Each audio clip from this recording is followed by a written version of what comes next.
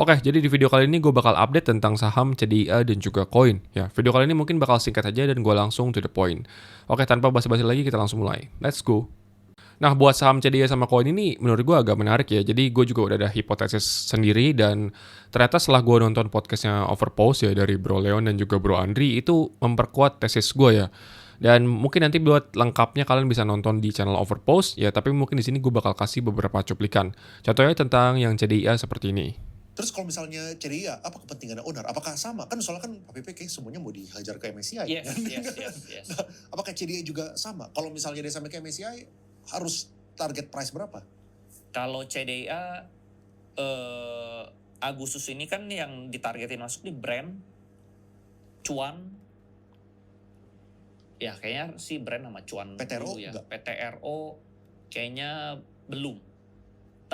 Tadinya mau nih, cuman menurut gua kalau brand sama cuan udah masuk baru PTRO. Nah, baru mungkin CDIA. Gitu loh. Mungkin dua ini. Iya, walaupun secara market cap kan udah tinggi sekali. Siapa nih? CDIA. Oh iya. Tinggi tapi belum tinggi banget sih. Harusnya dia bisa lebih tinggi lagi ya. Harusnya mungkin 300 T-an harusnya bisa ya, harusnya ya. Gitu sih. Nah, tadi setelah kalian tonton ya, tapi ini disclaimer juga ya, ini bukan ajakan untuk jual maupun membeli ya. Kalau di harga sekarang kan dia market cap-nya di sekitar 200 T ya. Berarti kalau misalkan ke 300 T itu sekitar naik 50% dari harga sekarang, yaitu sekitar berarti kalau harga sekarang itu 1630 ya per video ini dibuat, berarti sekitar 2400 ya. Jadi ya kurang lebih bisa ke sana. Ya, dan juga narasi jangka panjangnya untuk dia masuk MSCI juga mestinya masih bisa jalan ya, masih bisa oke. Tapi ya disclaimer ya, kalau misalkan kalian belum punya barang, terus kalian atau nggak kalian udah punya barang IPO ya udah tinggal di hold aja gitu loh.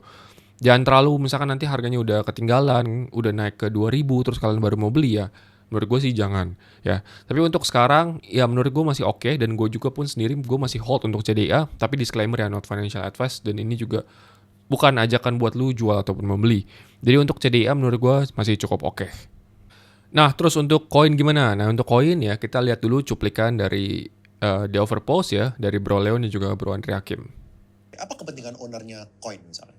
Kalau ini gue denger dari tempat lain ya, yang gue denger itu ada market makernya di koin itu, dia udah goal banyak saham lah. Gue nggak enak sebut namanya di sini. Dia udah nge-goal rata-rata tuh sahamnya naik tinggi bro.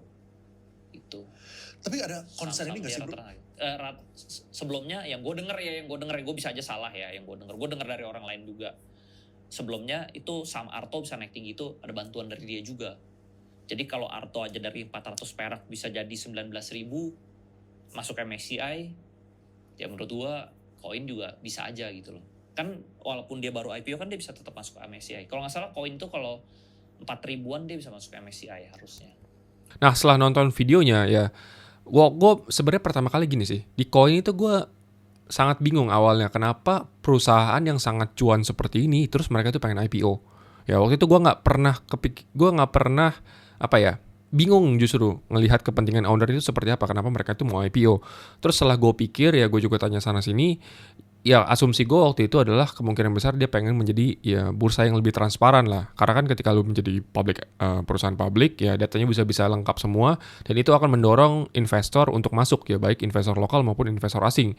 Tapi waktu itu gue sempat mikir ya apakah mungkin mau masuk MSCI atau enggak. Gue coba untuk melakukan perhitungan juga dan memang angkanya itu tinggi ya dibandingkan dengan harga IPO-nya di 100. Nah tapi dengan adanya statement ini dari Bro Andri Hakim itu ya menurut gue, dan juga ada market maker ya dari Arto yang udah ngesuksesin Arto dari 400 ke 19.000, ya menurut gue jadinya cukup possible kalau misalkan kepentingan owner di coin ini pengen masukin ke MSCI. Tapi ya mungkin ini pasti jangka panjang ya, karena kalau misalkan dia arah terus menerus juga pasti bisa kena suspend, dan suspendnya pasti lebih lama. Jadi ya menurut gue, karena gue juga udah waktu itu dapat barang di harga 700-an lah di koin ya, waktu itu keguyur ya, tiba-tiba arahnya dibuka 3 menit, tiba-tiba gue kejemput ya. Jadi buat sekarang sih gue bakal tetap hold ya, dan target paling pertama ya sesuai dengan video gue kemarin adalah minimal 1.000 sih menurut gue. Dan kalau misalkan nanti ARA ya di Senin, ini kan hari Minggu nih, besok itu Senin, kalau misalkan ARA 25% berarti dia ARA-nya di Rp1.000 per lembar, dan itu pas banget angkanya, angka psikologis yang tepat lah menurut gue, dan bisa mungkin memancing retail buat jadi FOMO.